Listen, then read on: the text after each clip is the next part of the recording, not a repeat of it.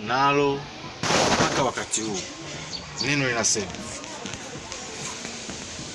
na kaburi lake lipo katikati yetu mpaka leo hii. Kwa hiyo, kwa sababu alikuwa nabii na alijua kwamba Mungu alikuwa amemwapia kwa kiapo kwamba angemketisha mmoja kutoka kati ya uzao wa viuno vyake juu ya kiti chake cha ufalme. Haleluya. Mungu aliapia kwamba atachagua mmoja kutoka katika vizazi vya Daudi amketishe katika kiti chake cha ufalme. Na yeye awe nani? Yeye awe Mungu katika kiti cha ufalme hapa duniani. Haleluya. Kwa sababu ilisema kwamba tumepewa mtoto wa kiume, naye ufalme, utawala utakuwa mabegani mwake, na jina lake ataitwa Mungu mwenye nguvu, Baba wa milele. Naye atatokana na uzao wa Daudi. Atatokana na uzao wa Daudi. Daudi alikufa ingawaje Mungu alifanya maagano naye. Lakini neno linakwambia kwamba Mungu atachagua tena mmoja kutokea katika uzao wa Daudi, naye awe mfalme wa wafalme, Bwana wa bwana, simba wa kabila la Yuda, Mungu Baba wa milele. Sasa neno hapa linatuambia kwamba angemketisha mmoja kutoka katika uzao wa viuno vyake juu ya kiti chake cha ufalme. Kwa hiyo aliona kimbele na kusema kuhusu ufufuo wa Yeshua HaMashiach, Yesu Kristo. Wakati Yesu Kristo anafufuliwa, ilimaanisha kwamba yeye atarudia tena duniani kuwa mfalme wa wafalme, kutimiza ile profesia ya yule ambaye anatoka katika viuno vya Daudi atakuja kuwa mfalme. Yesu Kristo, neno la jana linatufundisha kwamba anarudishwa tena duniani. Ndio maana alifufuliwa. Yeye ndio alishinda kupewa urithi wote wa Jah.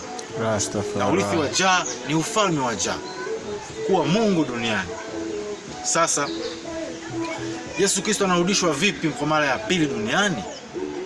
Anazaliwa tena, mmoja kutokana katika viuno vya Daudi. Katika vile vizazi vya Daudi kuna ambaye atachaguliwa, Mungu aweke roho yake ndani mwake, naye ajulikane kwamba Yesu Kristo amerudi kwa wenye imani. Kile ndio kitu kikubwa ambacho kimefichwa na Ukristo. Ukristo umeficha kile kitu. Ukristo kutokea Ulaya, Amerika huko wa kikoloni, kile ndio kitu ambacho umekificha ujio wa pili wa Yesu Kristo anakuja vipi. Unaambia mtu kwamba ujio wa pili wa Yesu Kristo anazaliwa upya, anashindwa kuelewa. Aliyekufa kafufuka, tunaambiwa atarudia mawinguni, anazaliwa upya vipi? Kurudia mawinguni ni ujio wa tatu wa siku ya kuleta hukumu, anarudia kimawingu. Lakini ujio wa pili wa kuja kukamilisha ufalme wake, anakuja kama mzizi wa Daudi, Revelation 5:5. Simba kabila la Yuda, mzizi wa Daudi, ameshinda. Neno ni moja la Jah, sema za Biblia. Kwa hiyo alisema kimbele kuhusu ufufuo wa Yesu Kristo kwamba hakuachwa katika kaburi, wala mwili wake haukuona uharibifu. Yesu huyo Mungu alimfufua hakika, ambao sisi sote ni mashahidi. Kwa hiyo, kwa sababu aliinuliwa kwenye mkono wa kuume wa Jah na kupokea Roho Takatifu aliahidiwa kutoka kwa Baba, amemimina hiki ambacho ninyi mnakiona na kukisikia. Kwa kweli Daudi hakupanda mbinguni, bali yeye mwenyewe anasema, Jah alimwambia Bwana wangu, keti kwenye mkono wangu wa kuume mpaka niwaweke adui zako kuwa kiti cha miguu yako. Yesu Kristo alipalizwa mbinguni na Jah akamwambia, kaa kwenye mkono wangu wa kuume mpaka niwaweke maadui zako kuwa kiti cha miguu yako. Maana kuna ahadi pale, maana yake kuna ahadi ya wale maadui zake waliomsulubisha, waliomtesa, waje waketishwe chini ya miguu yake. Na yale yalitimia kwake Haile Selassie. Ambaye ni ujio wa pili. Pale tuliona jinsi maadui zake Roma na washirika wake wote, jinsi ambavyo waliaibishwa kupitia vita ya pili ya dunia, wakashuka chini na wakakubali kweli Haile Selassie ni mfalme wa wafalme, kweli ni mtawala halali wa hii dunia. Haile Selassie. Kwa hiyo acha nyumba yote ya Israeli ijue kwamba Mungu alimfanya Bwana na pia Kristo Yeshua, huyu ambaye ninyi mlimtundika mtini. Basi Mungu alimfanya huyu ambaye mlimtundika mtini yeye kuja kuwa uzao mpya wa Daudi, mfalme wa wafalme. Neno ni moja, kwamba kabla ya kufika kwa ile siku kuu ya hukumu, mfalme ataonekana, na hakuna mwingine, ni ujio wa pili wa Yesu Kristo. Anakuja vipi? Anazaliwa upya.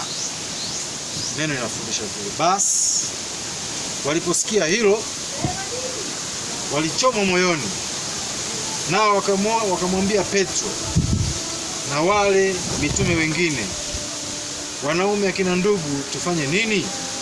Petro akawaambia, tubuni na acheni kila mmoja wenu abatizwe katika jina la Yeshua HaMashiach kwa msamaha wa dhambi zenu, nanyi mtapokea zawadi ya bure na ya Roho Mtakatifu.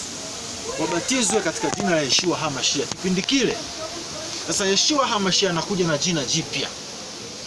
Anakuja na jina jipya. Wale ambao wanazaliwa nyuma ya Yeshua HaMashiach kuja na jina jipya, watabatizwa katika jina gani? La zamani au jipya? Jipya. Jibu liko wazi. Kinachotakiwa ni kuwa na nguvu ya imani. Nguvu ya imani.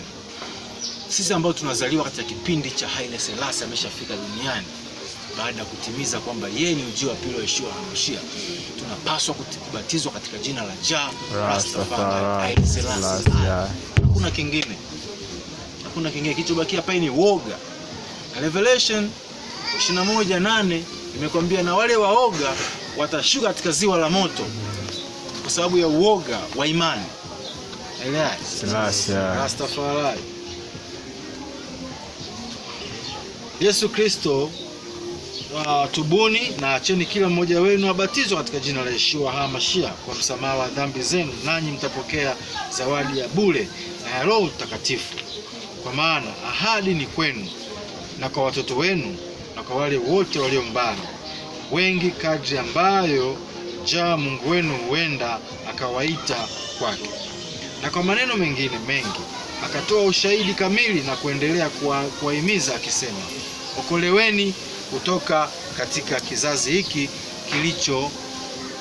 kilicho kombo. Kwa hiyo wale waliokubali neno lake kwa ukunjufu wa moyo wakabatizwa, na katika siku hiyo nafsi karibu 3,000 zikaongezwa.